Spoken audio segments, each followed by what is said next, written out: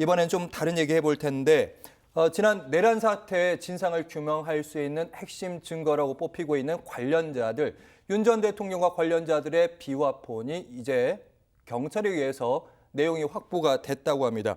경찰이 확보한 게 지금 서버 기록 확보한 거 있고요. 그리고 비화폰 자체에 대한 물건에 대한 확보입니다. 이게 어떤 의미를 갖고 있는지 설명해 주신다면요. 예, 이제 비화폰이라는 건 이제 도청과 녹음을 방지하는 기능을 가진 보안폰을 말합니다. 예. 네, 이제 윤 전 대통령이 현재 받고 있는 혐의는 특수공무집행 방해 혐의인데 이것은 올해 1월 3일 자신에 대한 체포영장 집행을 방해하도록 경호처 직원들에게 지시했다는 혐의입니다. 예.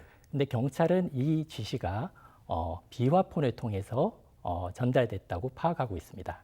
그래서 이번에 이 비화폰을 확보한 만큼 비화폰에 대한 디지털 포렌식을 할 걸로 예상이 되고요. 예. 이를 통해서 비화폰의 통화 내역과 문자 메시지 등이 확보된다면 아까 말씀드린 혐의에 대한 유죄의 증거로 활용될 가능성이 높습니다. 네. 그러니까 말씀 들어보니까 당시에 이제 윤석열 전 대통령이랑 뭐 김성훈 전 차장이라고 해야겠군요. 예. 이런 관계 본부장급 인사들이 윤 전 대통령 라인이라고 했었는데 이 사람들 간의 비밀 통화들을 몇 번을 오갔는지 그 당시에 체포영장 저지 당시에 예. 이 부분들을 경찰이 들여다볼 수 있게 됐다 이런 말씀. 네, 그렇습니다. 알겠습니다. 그러니까 저희가 알기로는 이제 비화폰을 기록을 저장하는 서버가 경호처에 있는 걸로 알고 있고 이 당시 김성훈 차장 얘기로는 이틀에 한 번씩 이게 다 지워진다고 하는데 다시 복구할 수도 있다 이런 얘기도 있었습니다. 실제로 이제 경찰이 포렌식을 통해서 다 복구했다고 하는데 어느 정도의 내용들이 쉽게 말하면 뭐 전화 정도가 누구랑 통화했는 게 복구가 되는 것인지 어디까지 복구가 되는 건지 궁금합니다.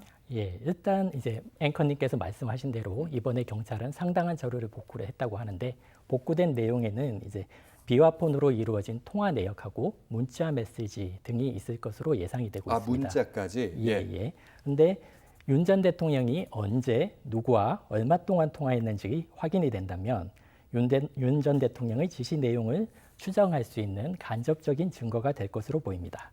그리고 가능성이 높지는 않은데 문자 메시지를 통해서 혹시 지시가 이루어졌다라면 문자에 이제 구체적인 지시가 담겨 있을 것이고 이것은 특수공무집행 방해 혐의의 직접적인 증거가 될 것입니다. 그리고 하나 더 덧붙이자면 혹시 아마 검찰 조사들을 다 받았기 때문에 당시에 진술을 하고 있을 텐데 그 진술과 어긋나는 부분들도 찾아낼 수 있다. 여기까지 해석하면 될 수 있는 거죠. 예, 그렇습니다. 그 경우에는 이제 탄핵하는 증거로도 활용이 될 것 같습니다. 증언을 탄핵하는 정도로? 그렇습니다. 알겠습니다. 근데 제가 알고 있기로는 그 비화폰 서버의 기록 내용 그리고 비화폰 당시에 그 기록들이 12월 3일부터 12월 3일 그러니까 계엄 당시부터 1월 22일까지로 알고 있는 이걸 다 복구했다고 하는데 실제로 증거로 쓸 수 있는 거는 체포영장 저지 그 날짜들에 한정해서만 된다고 하더라고요. 그럼 이제 계엄에 대한 그 부분에 대한 기록은 증거로 쓸 수 없는 것인지 궁금합니다. 예, 그 부분은 일단 좀 문제가 될 수 있습니다. 말씀하신 대로 증거로 활용할 수 있는 것은 압수수색 영장에 적시된 혐의와 관련된 자료만 증거로 될 수 있습니다.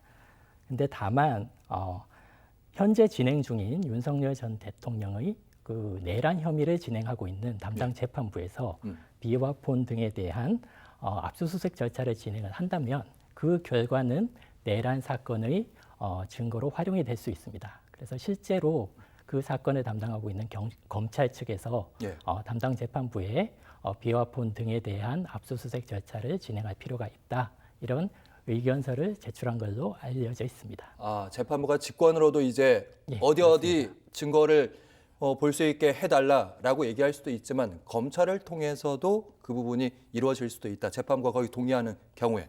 기소가 되고 나면 이제 검찰 수사의 주체가 수사가 아니라 공소 절차로 넘어가게 됩니다. 그렇죠. 그래서 수사 단계에서는 이제 압수수색의 주체가 검찰이 되는데 이제 그 공소 단계로 넘어오면 압수수색의 절차가 이제 주체가 법원이 됩니다. 그래서 법원이 직권으로 압수수색 영장을 발부하게 되고 그러면 집행하는 정도 뭐 그런 정도의 역할이 있을 텐데 그래도 그 결과를 통해서 압수수색을 통해서 자료가 파악이 된다 그러면은 그건 이제 유죄의 증거로는 활용될 수 있습니다. 네, 비화폰과 업무폰과 관련된 내란 혐의에 대한 그 부분은 지금 마지막 질문이 될 수도 있는데요. 예, 그렇습니다. 그럼 경찰이 일단 복구를 했기 때문에 전체 기록을 지금 다 볼 수 있을 거고, 이거 내란 혐의와 관련된 증거인데 이거 쓸 수 없을까? 이 부분까지는 경찰이 볼 수는 있는 겁니까?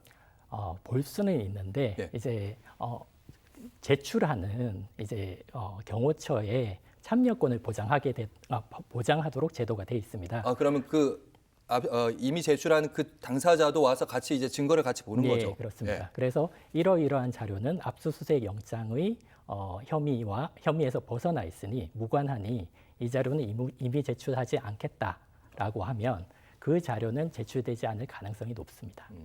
날짜만 보고 요거는 보지 마십시오 하면 못 볼 수도 있다. 날짜로 특정할 수도 있고요. 아니면 예, 키워드 검색어로도 특정할 수 있다. 그렇습니다. 그래서 자료를 좀 확인을 하고 예. 이제 경호처 측에서는 아마 협조를 하겠다고는 했지만 예. 최대한 범위를 줄여서 제출을 하려고 할 테고 예. 그러다 보면 기준은 영장에 그러니까 게시돼 있는 예. 그 혐의만 그 혐의가 기준이 될 가능성이 높습니다. 그러니까 뭐 12월 3일부터 1월 22일까지 다 복구했다고 했는데 모든 기록을 다 경찰이 볼 수 있었던 건 아니다. 이런 말씀까지 정리하도록 하겠습니다.